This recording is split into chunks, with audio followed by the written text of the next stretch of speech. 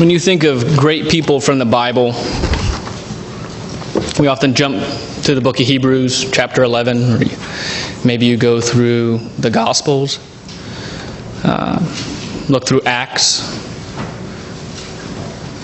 One of the most interesting people that I personally find in the Bible is Jonathan, to be able to look at Jonathan, the son of Saul. So let's go and let's start off right into it. 1 Samuel chapter 13. I think it's really interesting because he doesn't appear in Hebrews.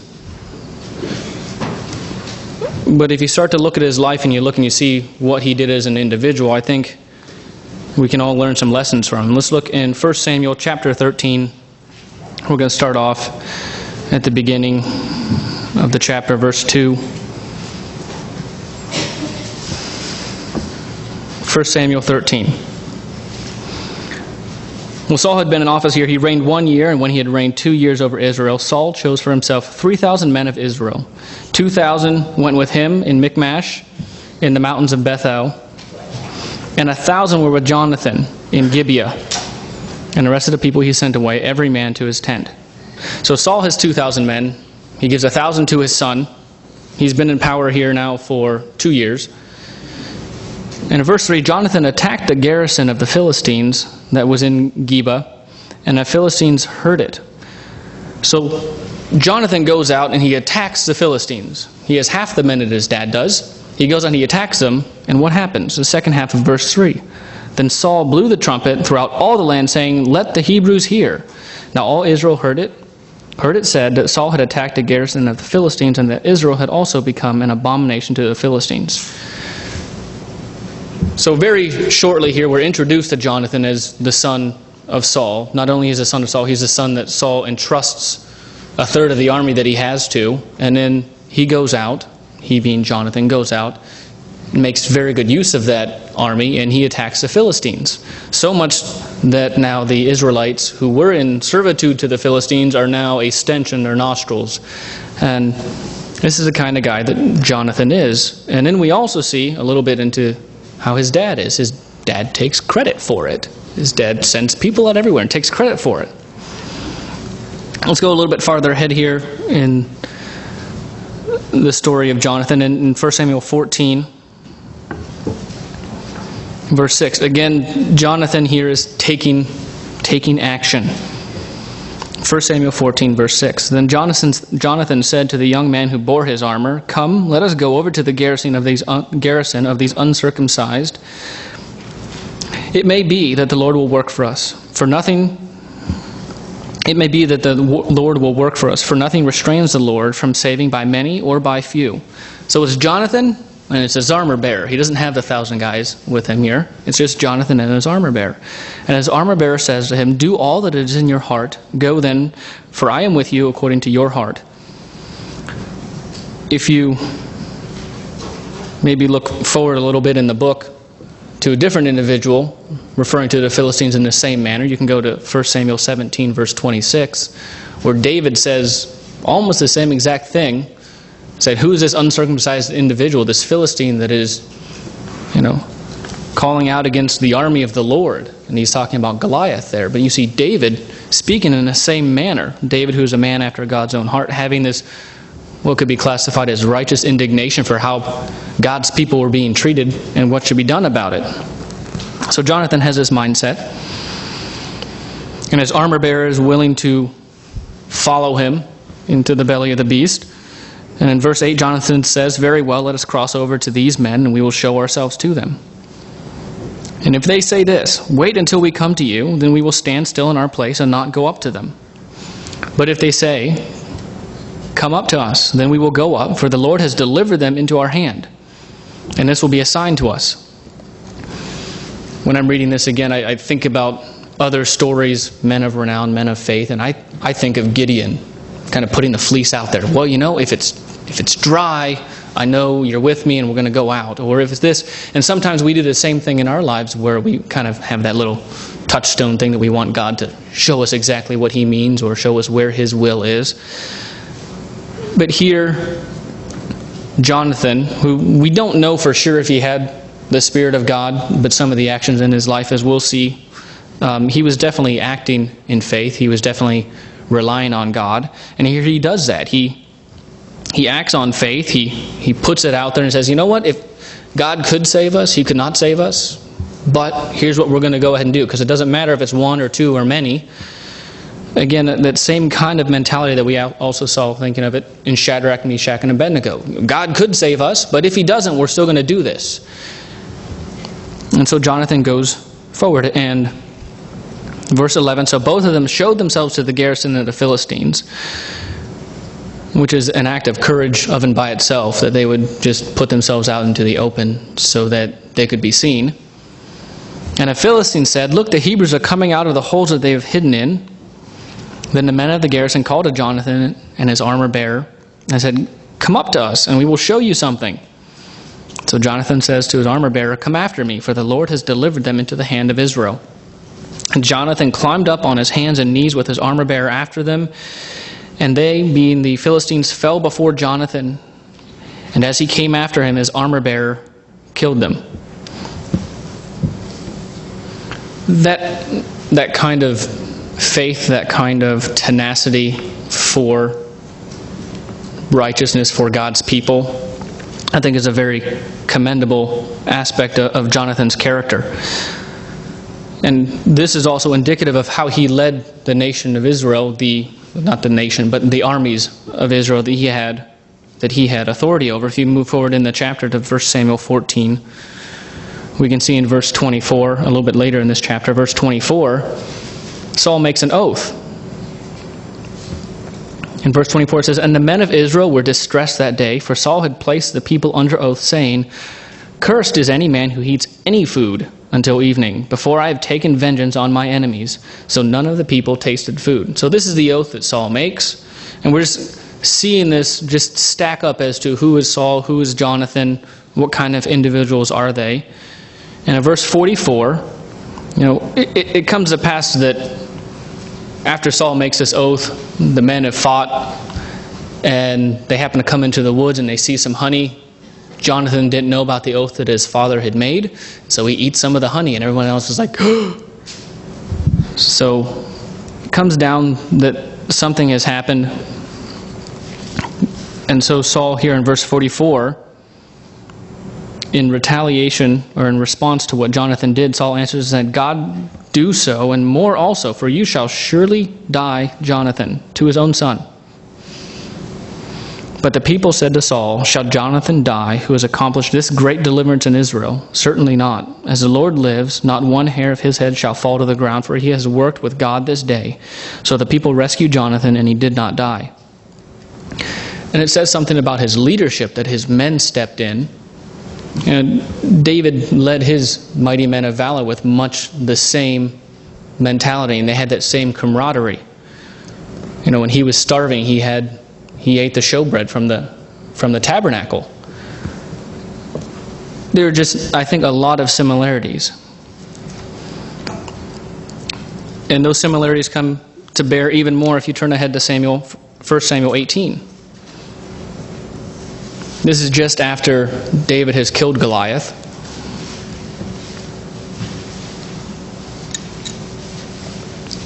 And he's recounting the story to Saul. And apparently Jonathan was within earshot, because in 1 Samuel 18, verse 1, now when David, had finished speaking to Saul, the soul of Jonathan was knit to the soul of David, and Jonathan loved him as his own soul.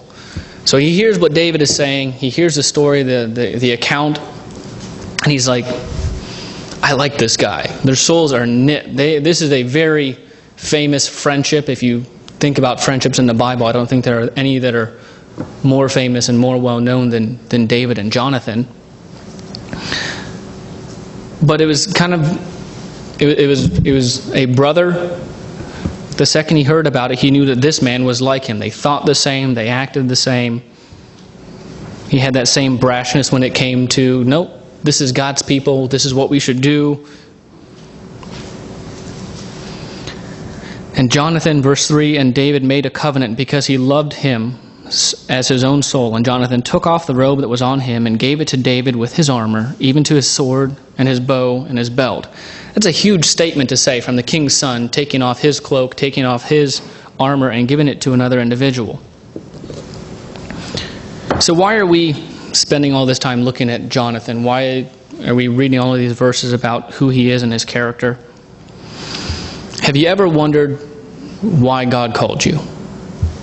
Have you ever thought that maybe he made a mistake? I know that there are times where it's a rough week, and you're like, man, why did God call me when I'm dealing with all of this? Or I'm back down in the valley here for some reason, and it's tough. And how is he possibly going to use me and his family? We know, even though we may intellectually know that there's no way we can make it without God's Spirit. I'll tell you what, even if you have God's Spirit and you're working and you're trudging, there are times you're like, man, this is just rough. What is going on? Sometimes you look at your neighbor and you say, they're a better Christian than I am. Why didn't God call them? They're always doing something. They're serving at the soup kitchen. They're helping out. Whatever the case is, sometimes we can have a little bit of a questioning. But God called each and every one of us for a reason. Now, we might not know exactly, specifically, what that reason is, but He does. He does, and He doesn't make mistakes when He calls people. When He chose Saul to be the king of Israel, He chose a man that looked the part. This guy stood literally head and shoulders above anyone else in the nation. He was a good-looking guy. He was a man that fit the bill for what Israel wanted in a king. But at the same time, he was a man that would have an heir, a son that would fit the bill for what God wanted. And it's interesting when you look at Jonathan and you look at the actions that he took, and you maybe put them side by side with the actions and the personality and the character for the king that would come after Saul, and they're very close. God had set up in Jonathan, I believe God had set up in Jonathan, an individual that would rule, that would be a man after his own heart, like David was. Because you see a man here that is not taking excuses as to why he shouldn't follow God, why someone should be able to, a nation should be able to cry out against God and not be punished, when we're dealing with a physical nation. And God wanted to be able to have that man, and I believe that God had his plan A in Saul. And when you look back to the story of Saul, you see how quickly, it was only shortly after that second year that Saul actually lost it. I mean, he was in power for a lot longer. But if you go back to, 1 Samuel 13, verse 8, right after he gave his son 1,000 men, right after his son went and defeated the Philistines, Saul is waiting for Samuel. 1 Samuel 13, verse 8, and he waited 7 days according to the time set by Samuel, but Samuel didn't come. And so Saul said, bring a burnt offering and peace offering here to me, and he offered the burnt offering. Now it happened as soon as he had finished presenting the burnt offering that Samuel came, and Saul went out to meet him that he might greet him. And Samuel said, what have you done? And in the end, verse 14 says, but now, Samuel speaking to Saul says, but now your kingdom shall not continue. He's had the throne for 2 years, and he lost it already. But the majority of what we read about Jonathan, his character, his personality, kind of getting an idea and what drove him, happens after this. Now, God has a plan A. He has a plan B. I'm sure he has a plan C, D, E, F. Overall, everything is going to lead down to where God wants it to lead down to, where it needs to, because He is the omnipotent creator of this world. But in the meantime, all of us, all humanity, get to have some choices and some options that go on. And we can see that Saul's choices definitely affected his son, affected his lineage.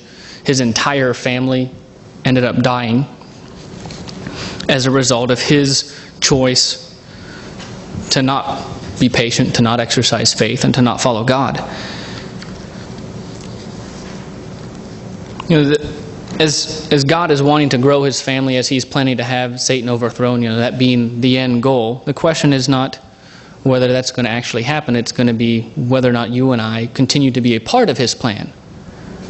Because our choices and our character that we're building or not building play a role in whether or not we'll be there.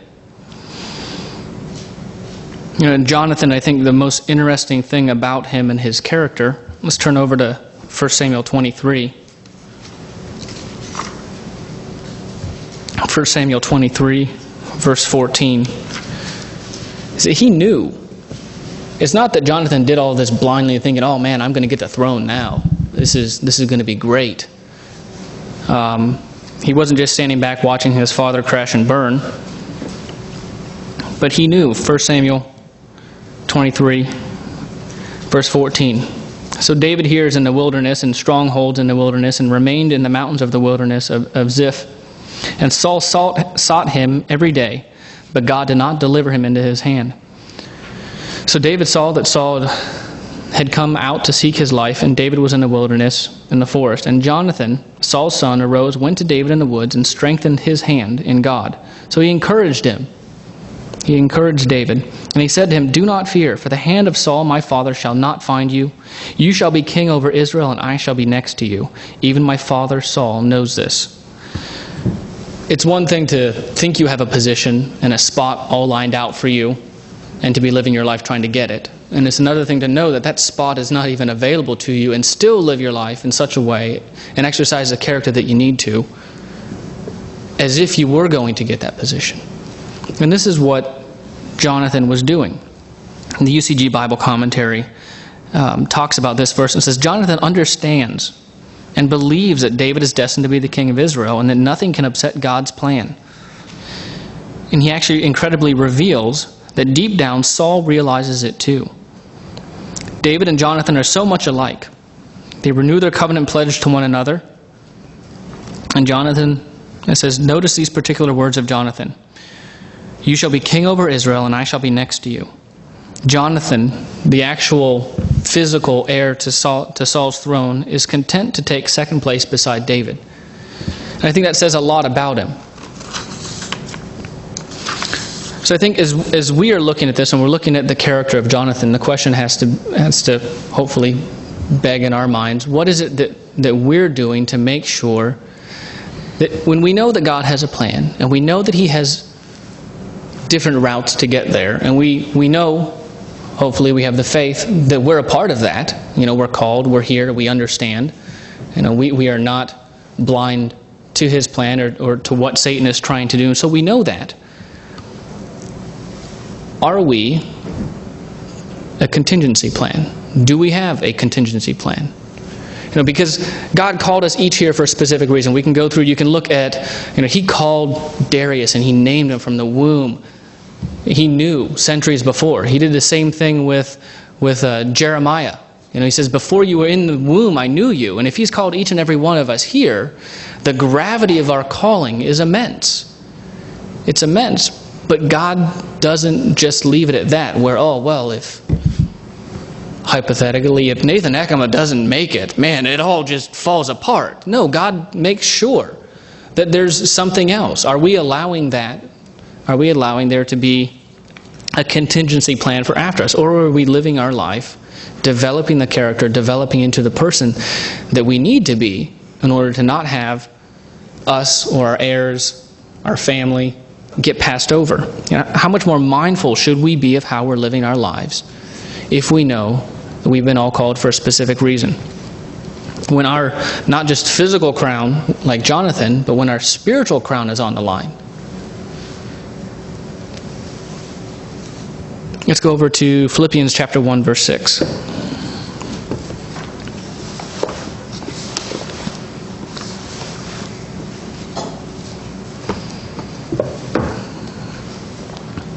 This is not just a doom and gloom message, so hopefully we can take heart. Philippians chapter 1, verse 6 says, we can be confident of this very thing, that He who has begun a good work in you will complete it until the day of Jesus Christ. See, God doesn't give up. God does not give up. When you go over the story of Saul, he was meek and he was small in his own eyes, and he started off spectacular, and there was a lot of potential there. But as you look at it, he had a lot of opportunities to exercise faith and trust in God, and he didn't. He's not the one who had the idea to go see Samuel. It was actually his servant that was with him looking for the donkeys. It wasn't Saul. He had the opportunity to lead the nation earlier on, and it took him a while to just own up to the fact that he was God's anointed, and he was the one that was supposed to rule over the nation. But we have these opportunities, and it's not after the first one that God says, well, pull the plug, I'm done with this one. We know that God is going to continue that work in us, and we have the opportunity to work and to pick ourselves up. This is not to say that Jonathan was a perfect specimen of a human being and he did everything right and God just passed over top of him. We have the opportunity to continue to grow and to continue to strive to live God's way of life. And because his plan, again, is going to continue, it's going to come to fruition with or without you and I, to be fair. It's just the frank answer. It doesn't matter if you or I are here. God would love us. He would want that none should perish. And he wants us all to be there. But his plan is going to happen whether we're ready for it or not. And we know that from so many of the prophecies where it's coming as a thief in the night. There are goats that don't recognize that they're goats. They think that they're sheep. There are people that think that they're doing his will and his work, and they aren't. So it's our job to make sure that we're continuing to work with God and to allow him to show us what we need to do so that he can complete that work. Conclusion, let's go ahead and let's turn over to Revelation chapter 3. Revelation chapter 3. We were looking here at Jonathan, and you can see an individual that definitely had the heart to follow God. He had the courage to stand up against the injustice that he saw occurring to God's people. He had the meekness and the humility to defer to the individual he knew was anointed for the throne, that physically so many of us on a human carnal level would do exactly what Saul did and try to oust him because we want our power, we want our authority. But he didn't do that. He was willing to be submissive in that regard. And that was all for a physical crown. The plan of God was not made known in its entirety as we have it here. This wasn't outlined for them in ancient Israel. And here in Revelation chapter 3, in verse 10, it says, Revelation 3, verse 10, because you have kept my command to persevere. Jonathan and David went through a lot. David definitely had to go through a lot, being chased down by Saul. The man waited for his crown. The man didn't take his crown. He would not lay a hand on Saul. He repented when he cut his robe. It's because you have kept my command to persevere, I also will keep you from the hour of trial which shall come upon the whole world to test those who dwell on earth. Behold, I am coming quickly. Hold fast what you have, that no one may take your crown. God has called us out of this world for a very specific reason. While we may not know exactly what it is, other than to be a part of his family, to be able to be a kingdom of priests, to teach those that he will call in the future, we have that overarching outline. But here we have the opportunity to be heirs to a spiritual crown, to spiritual life, instead of just this physical realm. And we have to make sure that we hold on to it. We have to make sure that we don't let someone else take that from us. We don't want to be an individual that God has to pass over and say, well, it's nice, I was really hopeful, but I'm going to have to move over here to plan B. Because God does have contingency plans in place. And we have to know that God is wanting us to be there. He's wanting us to be able to be successful. We have to make sure that we are doing our part in that.